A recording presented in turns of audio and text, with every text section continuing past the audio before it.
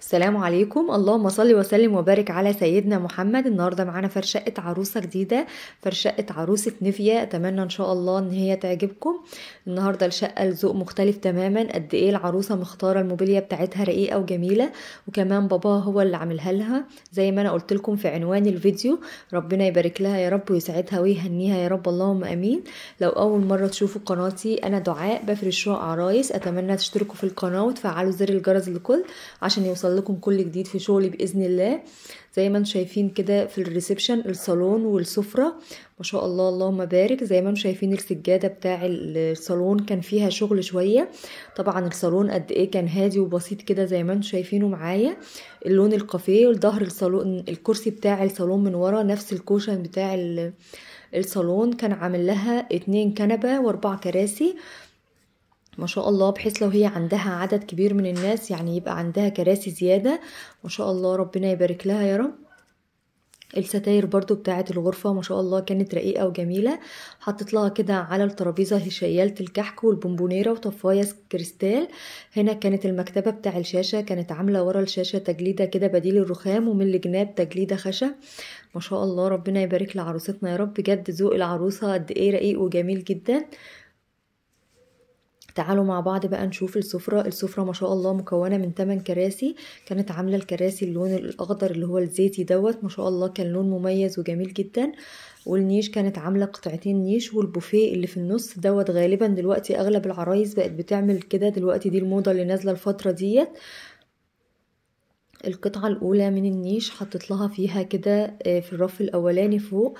حبيت ان انا ابعد اوريكم الرصة من بعيد. حطيت لها في الرف الأولاني قارورة كده داخل فيها اللون الروز، وعملت لها معاها برضو، دخلت معاها طقم كاسات RCR. تحت هنا حطيت طقم خشاف بوهيمي ودمجت معاه طقم خشاف تاني.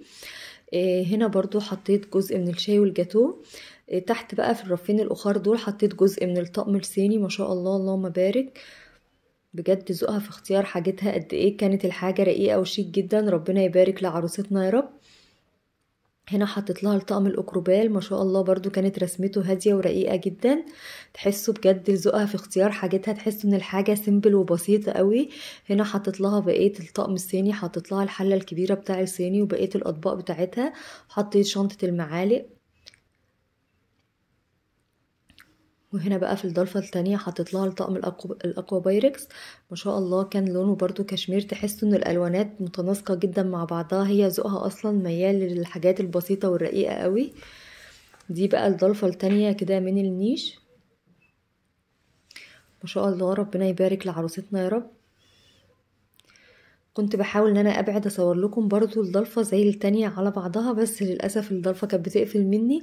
هنا حطيت لها القارورة القمر الجولد ديت ودمجت معاها برضو طقم كاسات ما شاء الله. القارورة دي كانت مميزة وجميلة جدا. هنا حطيت لها طقمين كاسات ما شاء الله برضو قيمين جدا وجمال. عملته لها على شكل وردة كده. هنا حطيت لها بقى بقية الطقم الشاي والجاتو. في الرفين الأخر تحت هنا برضو حطيت بقية الطقم الصيني بتاعها. ده كده الشكل النهائي للنيش بتاع عروستنا. حطيت لها على البوفيه كده 2 شمعدان، وحطيت لها في النص بونبونيرة كريستال. هي كانت عاملة على البوفيه بدل الإزاز يعني كانت حاطة رخام على البوفيه نفسه. غالبا في ناس بيبقى عندها زجاج وناس بتبقى عاملة رخام، بس أنا شايفة صراحة إن الرخام بيبقى شكله أقيم وأحلى بكتير. بجد بجد والله العظيم، يعني انا عايزه والله كل الدعم وكل الشكر لبابا العروسه. والله تحيه كبيره له على الموبيليا القمر اللي هو عاملها لها ديت. بجد ما شاء الله. كان عامل لها برضو 3 ترابيزات كده داخل بعض، اللي هي الترابيزات المتنقله، حطينا عليها فازه كريستال. هنا كان عامل لها بفات برضو مساعده مع غرفه الصالون، لو هي في مثلا عندها عدد او حاجه ممكن تشيل اي بف من البفات ديت ان هي تنقله في اي مكان. وكانت جايبه بقى الشجره اللي في النص الخضراء اللي انتوا شفتوها ما شاء الله. ربنا يبارك لها يا رب. هنا بقى الطرقة، الستارة دي بتدخل على الطرقة الخاصة بالغرف جوه والمطبخ. دي هنا الطرقة ما شاء الله. كانت جايبة طابلو برضو مميز وجميل كده، كانت حطاه في الطرقة. وهنا كانت الجزامة بتاعتها كنا حاطين عليها برضو فازة كريستال وحطينا فيها ورد مجفف أحمر. بجد ذوق العروسة في كل حاجة، التفاصيل قد ايه كانت رقيقة وجميلة جدا ما شاء الله. هنا دي بقى غرفة الاطفال بتاعتها. هي بقى غرفة أطفال فيها دباديب وفيها شغل شوية. هي كانت عاملة ورق حائط كده في ظهر السرير من ورا، في ظهر الشباك بتاع السرير، اللي هو الورق الحائط اللي هو ال3D. كان عامل لها برضو باباها ما شاء الله في الغرفة مع غرفة الأطفال، كان عامل لها يعني مكتب وعليه مكتبة من فوق، بحيث ان هو يستغل المساحة، وكانت فكرته مميزة برضو جميلة جدا. حطت لها مفرش السرير اللي هو السوفت التركي كده على السرير. ما شاء الله ربنا يبارك. الأوضة قد ايه كان لونها بسيط ورقيق وشيك جدا. هنا ده كان الدولاب بتاعها. هنشوف مع بعض بقى حطينا لها مفروشات ايه في الدولاب. غالبا احنا دايما بنحط المفروشات اللي باقيه مننا من غرفة النوم، ومفروشات برضو غرفة الأطفال. ما شاء الله. تعالوا مع بعض بقى نشوف. دي كانت رصة الدولاب بتاعت عروستنا. انا بحاول ان انا ابعد اوريكم رصة الدولاب كده كاملة على بعضها. حطيت لها في الرف الاولاني فوق لحافين للسرير الاطفال، وحطيت معاهم دفايات للسرير الاطفال، ودمجت معاهم بقى فوط بسيطة كده من فوط الاطفال. ما شاء الله قد ايه كان شكله رقيق وبسيط جدا. في الرف اللي تحت بقى على طول حطيت لها ملايات السرير الاطفال كده بالشكل دوت، وحطيت تحت برضو كوفرتات ودفايات للاطفال. حطيت هنا في مكان الشماعة الحافل للسرير الكبير، وبطانيتين اطفال وبطانية برضو للسرير الكبير. ما شاء الله كان شكلهم مميز ورقيق جدا. بجد تسلم ذوق العروسة ويسلم ذوق مامة العروسة بجد على ذوقهم في اختيار الحاجة. ما شاء الله كان كل حاجة كانت جميلة جدا. هنا كانت دفايات اطفال، تحت كانت دفاية للسرير الكبير برضو فوط، وكوفرتات اطفال، وفوق برضو كانت كوفرتات للسرير الكبير. هنا كانت بطانية للسرير الكبير والحاف، ومفرش القطيفة بتاع السرير الكبير. ما شاء الله ده كده كان الشكل النهائي لدولاب عروستنا. بجد يسلم ذوق مامة العروسة ويسلم ذوق العروسة على كل حاجة اختاروها. الحاجة قد ايه كانت رقيقة وشيك جدا. ربنا يسعدها ويهنيها يا رب. اتمنى لو وصلتوا معايا لحد هنا وعجبتكم رصة دولاب الاطفال بتاع عروستنا وعجبتكم رصة النيش، ما تنسوش تكتبوا لي رايكم في الكومنتات، واهم حاجه اللايك منكم عشان تدعموني ان انا انزل شغل اكتر. ما تنسوش تشتركوا في القناه وتفعلوا زر الجرس للكل عشان يوصل لكم كل جديد بامر الله. بسم الله ما شاء الله. ربنا يبارك للعروسين يا رب. دي كانت غرفه نوم عروستنا. ما شاء الله ربنا يبارك لها يا رب. قد ايه الغرفه كانت رقيقه جدا جدا جدا بجد والله العظيم. لو قعدت اشكر من هنا لبكره في بابا في شغل بابا العروسه مش هوفيه حقه يا جماعه. لو حابين تتواصلوا معاه انا هسيب لكم رقم تليفونه في اول كومنت مثبت تحت الفيديو على طول.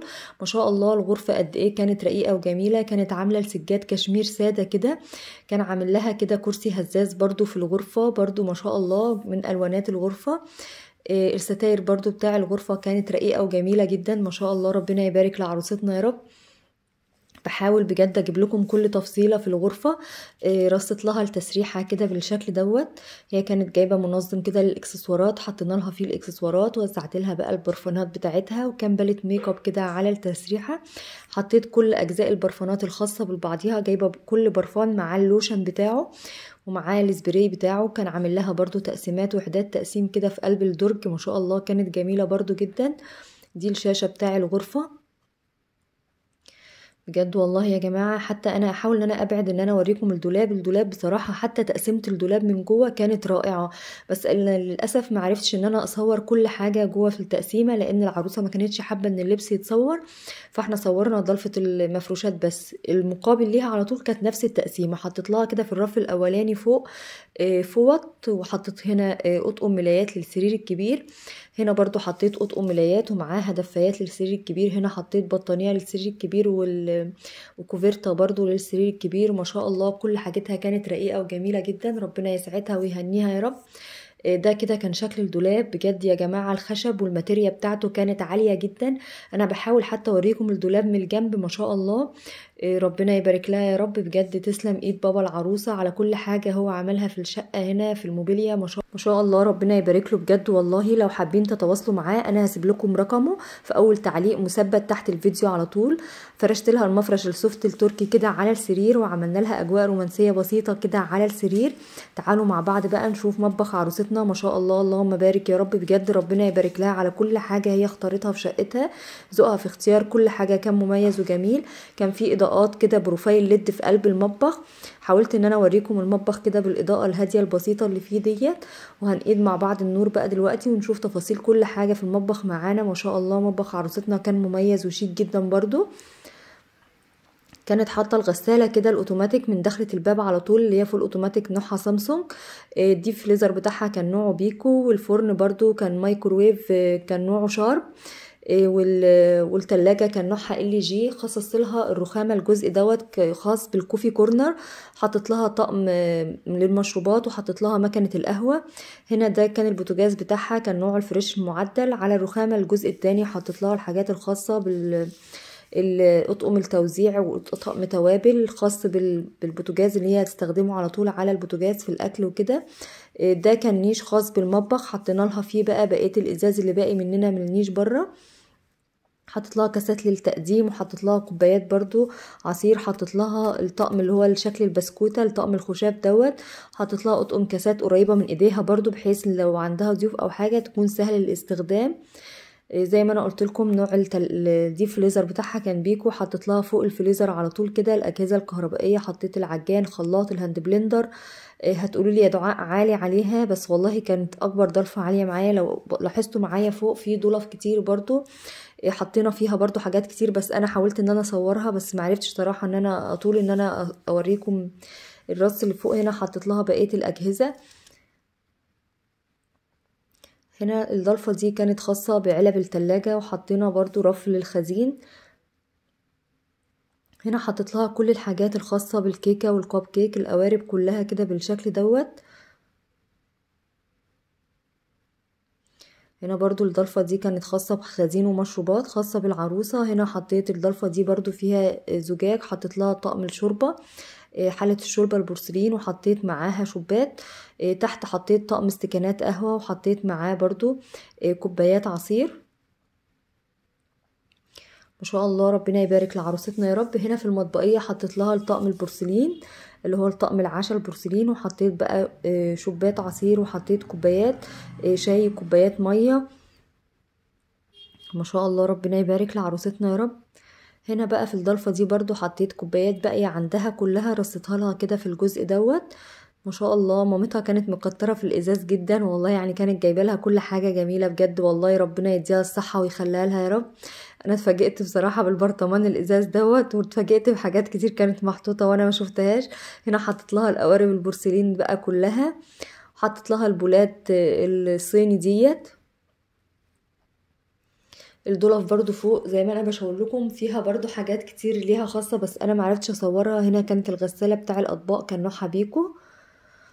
هنا بقى في الادراج وزعت لها الرفايع كلها ما شاء الله. هنا بقيت الرفايع برضو كلها ما شاء الله ربنا يبارك لها يا رب.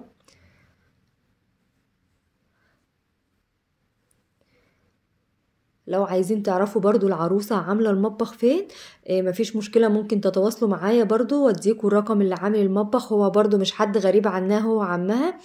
تسلم ايده بجد والله، المطبخ برضو كان رائع وجميل. هنا حطت لها بقية الحاجات الخاصة برضو بالرفايع. هنا حطت لها الطقم الجرانيت والطقم السيراميكا. هنا حطيت الطقم التيفال والطقم برضو الاستانلس. ما شاء الله كل حاجاتها كانت رقيقة وجميلة جدا، ربنا يبارك لها يا رب. لو مش عارفين تتواصلوا معايا ازاي يا جماعة، انا رقمي محطوط في الفيديو على طول، في كل فيديوهاتي رقمي موجود في الفيديو. في كذا حد دخل سألني على الفرش وكده، رقم تليفوني موجود على الفيديو. لو حابين تتواصلوا معايا الرقم موجود في الفيديو. هنا في الضلفة ديت بقى حطت لها القلايات والجريلات والحاجات برضو الخاصة بالقلي وكده قريبة من ايديها. وتحت كده حطت لها كل البلاستيكات بتاعتها ما شاء الله ربنا يبارك لها يا رب. تحت الحوض على طول كانت جايبة منظم كده للمساحيق والحاجات التنظيف، حطيناها كده بالشكل دوت. كانت فكرتها حلوة، فكرة منظمات المساحيق وحاجات التنظيف دي كانت فكرة حلوة جدا. ده كده الشكل النهائي المطبخ عروستنا. وبكده نكون خلصنا جولتنا في شقة عروستنا. اتمنى النهاردة ان جولتنا تعجبكم. متنسوش تدعوا دعوة لعروستنا من قلبكم بجد، لان هي حد قمر قوي يستاهل كل خير. كمان ما تنسوش اشتركوا في القناة وتفعلوا زر الجرس للكل عشان يوصل لكم كل جديد في شغلي بأمر الله. والسلام عليكم ورحمة الله وبركاته.